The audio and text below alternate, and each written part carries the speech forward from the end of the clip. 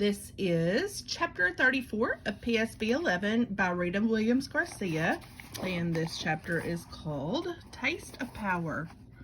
Ruka asked Mr. Mwila if our group could have more time. She had written 5 pages of information, and she wanted to use them all.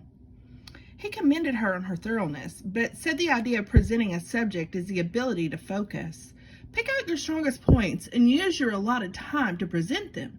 2 minutes for each speaker, and no more. Danny the K said they were ready to blow us to smithereens. Ellis asked if we wanted to go first, but I did one of his numbers. I shrugged. "You're pro-woman president," he said. "So?" I said. "So, he could barely look me in the face. "It's pro and con, so you should go first." I shrugged again. "Yeah," Ruka said. "You do the first argument, then Danny goes next, then me, then Ellis." Her eyes lit up and she said, "Then we asked the class to vote by show of hands, should a woman run for president or not." "Hey, that's good," I said, thoroughly surprised. Ellis nodded and said, "Okay." "We already know who's going to win," Danny bragged. "It's in the bag." I went first. 2 minutes seemed to go on forever, but I had my points ready. I had practiced. I knew each point by heart, although I kept my paper in front of me, and before I knew it, I was saying my conclusion, and Danny had begun his argument on why women could not make important decisions about war or about the price of oil and gas. Then he said in his conclusion that women were better cooking with oil and passing gas. Mr. Mwila had to give one hard hand clap and shout, "Decorum, class 3. To settle things down, Rukia spoke jackrabbit fast to jam in as many women leaders into her 2 minutes as she could. She ended by saying that we'd already had a woman president during World War II, that Eleanor Roosevelt ran the country when her husband, the president, was sick. Then Ellis gave his reasons why men were made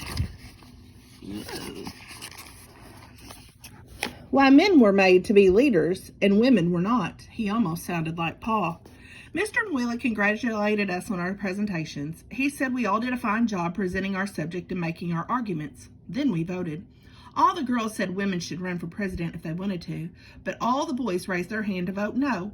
Then Michael S. gave Lucy one of those Michael S. looks, and Lucy changed her vote. The boys won.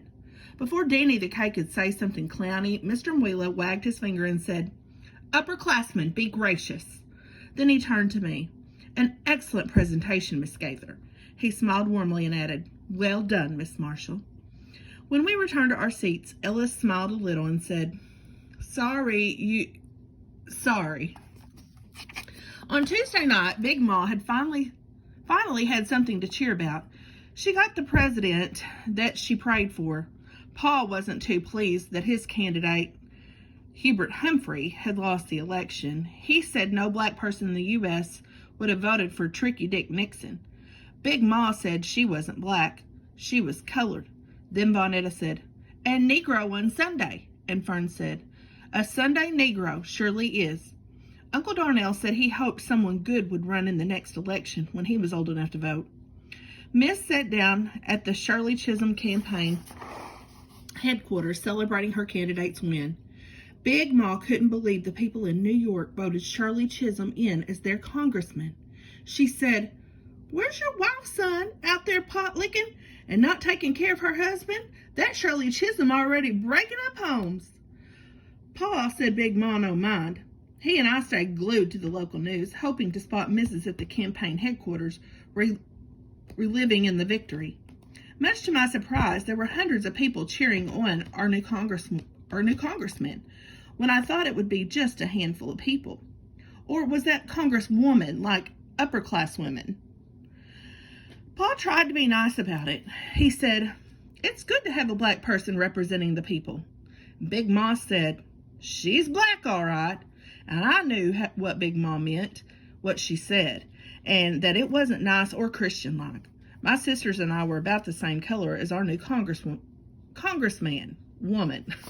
I keep wanting to say congresswoman. I knew it was a good thing, an incredible thing, but I wasn't sure if her victory made a dent. Was it real power, like the Black Panthers mean power, or was it just a taste of power, like Vonetta being the saver? Vonetta was doing a good job, but it didn't mean everything had changed. She washed dishes and tried to scrub the bathtub, but I still had to get after her to hang up her school clothes instead of throwing them on the floor.